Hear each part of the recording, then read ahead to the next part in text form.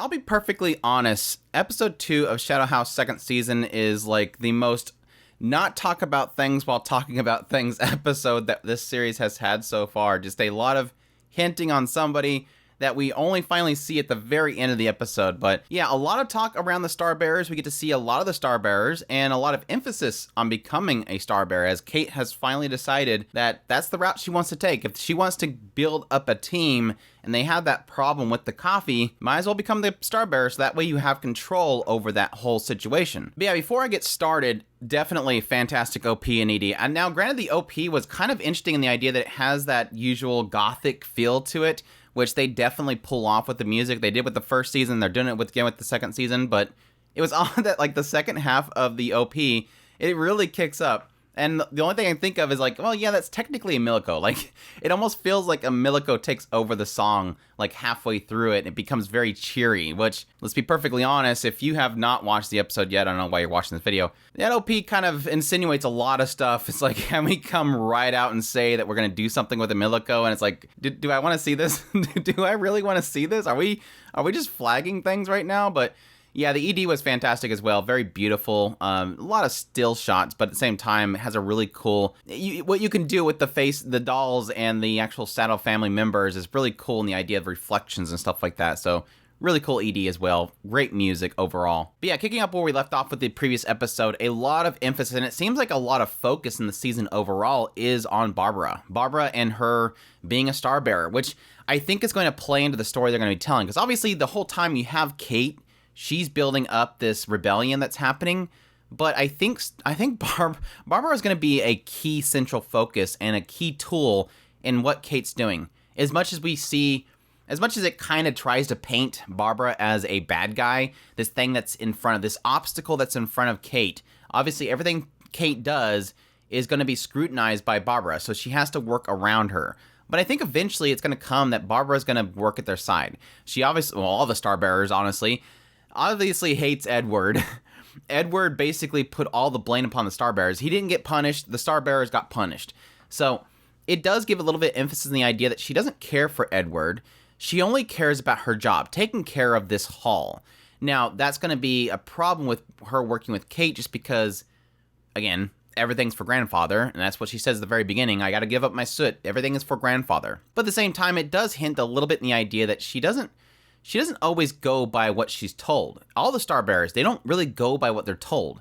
They're told to, no matter what, you're supposed to be working for Edward, and yet they're still questioning Edward, not necessarily reporting everything to him. This is where we get the build up to the meeting between the Starbearers, and it has Barbara walking, and then suddenly she's greeted by Benjamin, which... I don't think I've seen Benjamin before, but yeah, this very big muscular dude that's working out all the time. And this is kind of a weird thing. I don't know if this is going to come up later, but she asks, how did things go with Oliver's perfume, the thing that he was working on? And he sprays himself with it, and she's like, oh, it smells disgusting. He's going to have to try again. I don't know if they're trying to, maybe the Starbearers, like a side project, they're working on perfume for the other Shadow family members, maybe as a way to, I guess, gain favor of the rest of the family. They're producing a perfume or something, and she's basically saying that, no, it's terrible. He's got to try again. Or is the perfume for something specific? Obviously, it stinks, so she doesn't like it, but they don't really specify what the perfume's for. So again, I don't know if that's just a side project they're doing, and maybe I'm overthinking it, but it would seem odd to, out of nowhere, say, oh yeah, there's this perfume, and it stinks. Guess we'll try again. And this is where we get the first point in which they bring up Christopher. Now, this is Again, how to talk about something without talking about something. There's apparently the previous leader before Barbara, because Barbara took over the role from this person, was Christopher. And we have this discussion that's happening between a lot of our main cast of characters about, obviously, Sarah really badly wants to become the next Starbearer, wants to become a Starbearer. Not only that, but wants to become the leader. But the interesting thing from this conversation is that she's saying specifically that things were more fun before Barbara took over. That when Christopher was running things were more fun. And overhearing this, the Starbearers seem to be off-put. At least, well, Barbara just kind of stands there, but this other guy, the one that was walking with her, Benjamin, is very upset by this. Says, never speak of that name again. Now, this is a very odd thing, because throughout the entire episode, we have a lot of emphasis on how this Christopher was great. But yet, at the same time, Barbara is always reflecting on, did things run better with Christopher? Am I doing a proper job? He did things so much better. Am I doing the right things? What would have happened if he was present? Always reflecting on how would have he handled this situation, and am I doing things properly? Obviously really pushing heavily on the idea that she feels inadequate, and she feels like this person that was before her did things better. And again, having Benjamin very upset that somebody would speak his name. And yeah, technically later on, having Kate being told, if you want to be a star bearer, don't ever mention his name. But the oddity that's here is they're specifically saying that he did a great job. Like, there's all emphasis is on the idea that Christopher did a good job. Things were more fun. Obviously, he passed things off to Barbara. He's not a bad person. They even hit on the idea that he was called to the other wing. He was summoned and invited by Grandfather. He was a great worker. Specifically saying that no one so dear had ever gone to Grandfather's wing.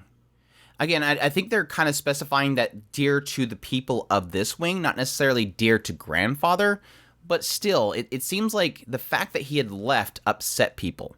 Now, my theories are going in the idea that he betrayed everybody to make himself look good, or it could be one of those things where him leaving is a sore thing because everybody loved him so much and that yet he left. He abandoned them. And again, I think that why Benjamin doesn't like anybody mentioning the name of Christopher is because it's making Barbara think about him. And Barbara may have loved Christopher, or maybe became too reliant on him. Because as we've seen from the final scene of this episode, it seems like Barbara was a mess. She became a family member. Barbie was so happy about it. Barbie was happy over here, and it seemed like Barbara was very upset. And then you have this moment where Mary Rose is trying to pull her out of that darkness and say, hey, let's dance. Oh, you're great at this. We're going to be a great team, yada, yada, yada. And it seems like Barbara has zero confidence in herself. And I think, and it shows this brief moment where I'm assuming it's Christopher walks up and says, you're a great pair. I think that's the point which he is going, okay, let's together be a team. We'll be the best of the best. And again, I think that Barbara probably became too reliant on him. Eventually, he got summoned to the Grandfather's wing, and he gave up leadership to Barbara, like he nominated her, and then at the same time, disconnected himself from this girl who was reliant so much on him. So it can go both ways. It can go that he betrayed everybody to make himself look good, or they were so reliant and they loved him so much, but yet he left. He abandoned everybody, and that put a really bad...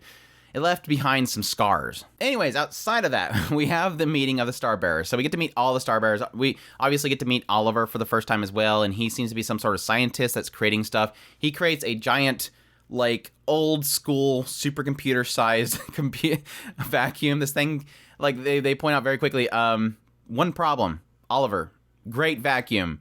How are you going to get out of the room? It's too big. So he's like, oh, back to the drawing board. Kind of an idiot. But anyways, he's a smart idiot. But yeah, they have their meeting, and a few things came from this meeting. This is where we get to learn that Edward apparently is not trusted by the Star Bearers. And again, that the Star Bearers took blame for something they feel that Edward caused. Additionally, they're talking about how they're not reporting to him, what they're going to do about what he's ordered them to do, which essentially is to monitor Kate, which, yes, this is where we get a little bit more insight into Suzanne, which they do question Suzanne. Did Kate do anything suspicious? She says no. So again, here going back to my previous thing, we do end up finding out what was in the letter that Suzanne intercepted, but she doesn't even mention the letter. It said, did she do anything suspicious? No, nothing at all.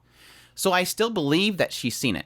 We do find out later that the letter itself was basically Kate saying how much she hated John.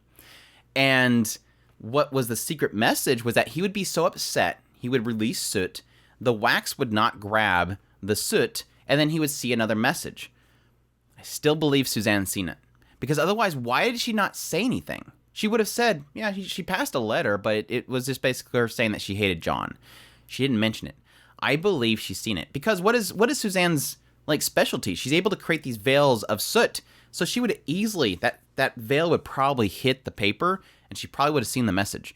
So I'm really still believing that she knows what was in that letter. She just doesn't want to say because she's going to eventually want to join in with Kate. Because again, otherwise, why wouldn't she mention the letter? In the meeting, they also mentioned that there is a lot of soot that's coming out. They're having to figure out ways to deal with the situation because apparently these factories are having breakages, so that's why they're having an increased amount of these scorches. And that pretty much wrapped up that conversation, and then we cut to, where we find out that Kate did write this secret message. It was kind of funny seeing John being very upset and then realizing that, the only person she can rely on right now is me, and he's super happy at that point. And of course, he has to figure out if Sean is still under the influence of the coffee. So bring the fist back up.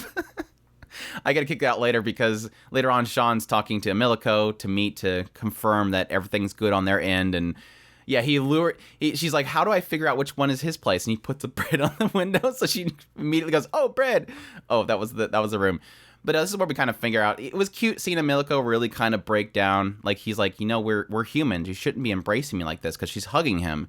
And she's like, I'm just really happy that she's finally got somebody that's not different. Like, she's crushed still that Lou is so mind controlled, and obviously probably Ricky as well. But this is the first person that she knows for a fact is not under the influence, somebody that she can talk to. But yeah, that's where she's like, she does discover the idea that you can punch instead of making people drink enough water they puke. So she's like, we need to go around and punch everybody. No, we shouldn't do either of those. A few things follow this scene that I don't really get the context right at this moment. They mentioned at some point while they're going to cleaning duty that 2 teams are broke. They're gone. They mentioned the idea that it's probably because Barbara pushed them too much, but it's curious that two random teams are gone. It does seem very abnormal. So did they get taken out by scorches? Did something happen? Did this cloaked figure that everybody keeps seeing snatch them up? That's, again, a question that's left up. They also mentioned the idea that 2 dolls were invited to the detached wing, which is, again, another thing that's abnormal because they weren't star bearers. Again, don't know the context to that yet. And this is where we get into, again, the reason why Kate wants to become a star bearer. That apparently on a regular basis, they have all of them, now that they're part of the children's wing, all of them have to drink coffee on a regular basis, which really sucks because Lou was very close to breaking out of the mind control that was giving. I was really curious how Emilico and Sean were going to get out of this, but apparently they just spit it out. But yeah, that was really sucky because Emilico was very, like, she's like, yes, Lou's like this close to breaking out of it, and here she is going right back into it, which again does lead into Kate figuring that this is something that she's got to do. She's got to become a star bearer. Now, this is going to be the interesting thing because where will this lead going forward? Is Kate going to have to just become like the pinnacle of example of what it is to be a Shadow family member? Like, is she going to fake out to everybody that she is the best of the best, doing everything proper, even maybe pushing others away in order to gain favor? But yeah, it sucked. Seeing Emilico break down, I mean, it technically did influence Kate to push harder, but seeing Emilico break down just really sucked. Like, that was the whole thing because it was kind of funny because we had those moments in this episode reminding us, so yeah, by the way, they do know they're human now.